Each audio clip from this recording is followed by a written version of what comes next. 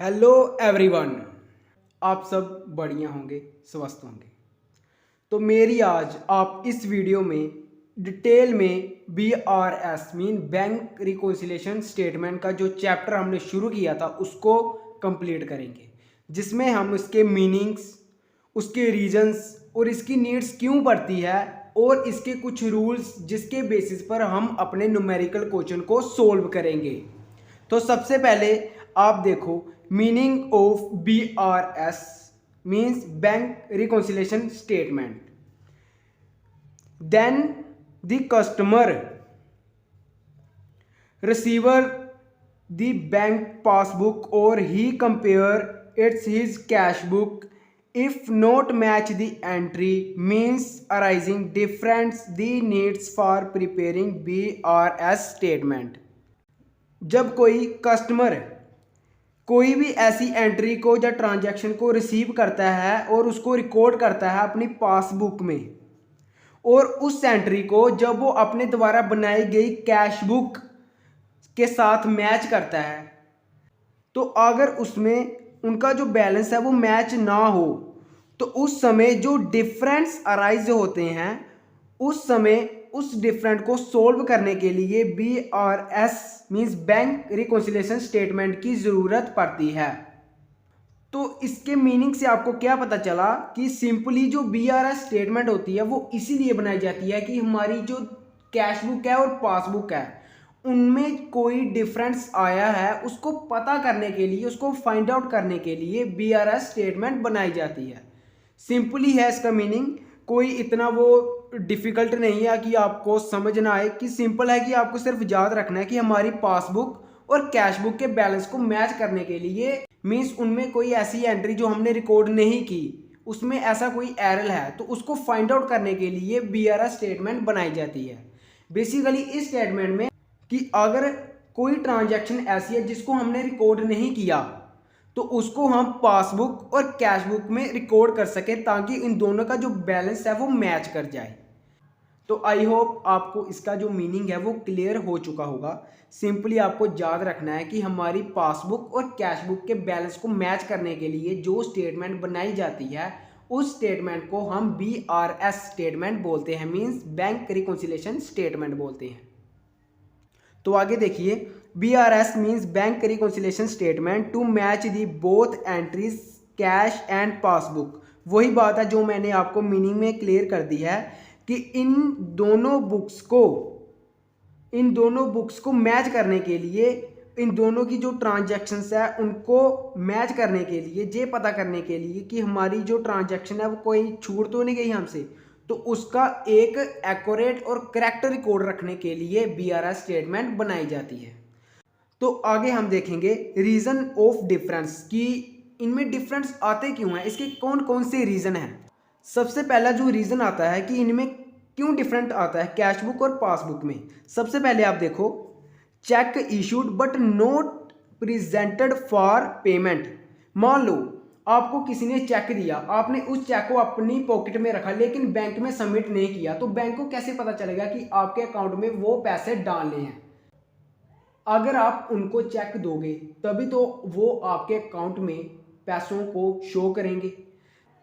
तो इसी वजह से भी डिफरेंट आ जाता है हमारी कैश बुक में और पासबुक में, क्योंकि इस ट्रांजैक्शन को हमने अपनी कैश बुक में तो रिकॉर्ड कर लिया होता है लेकिन पासबुक में रिकॉर्ड नहीं किया जाता, जिसकी वजह से इनमें एक डिफरेंट आ जाता है।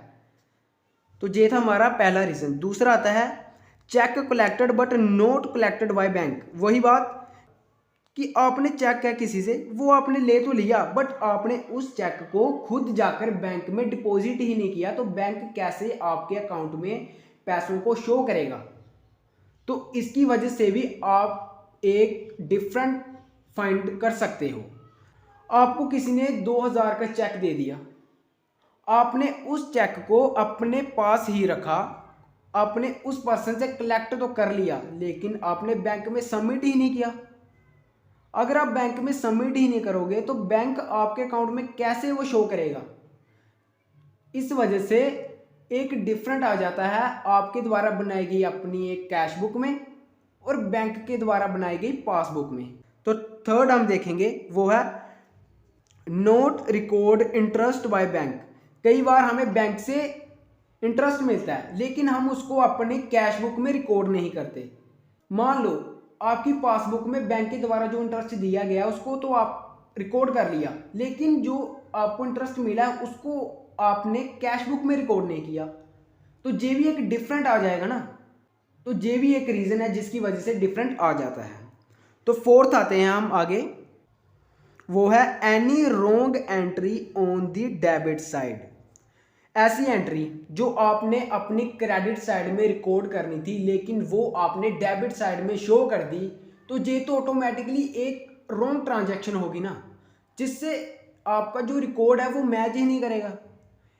पासबुक में वो एंट्री क्रेडिट साइड में होगी, कैश बुक में वो एंट्री डेबिट साइड में होगी, तो ये डिफरेंट आ जाएगा आपके बैलेंस में। तो ये भी एक रीज़न है डिफरेंट आने का इन दोनों बुक्स में, कैश बुक और पासबुक में।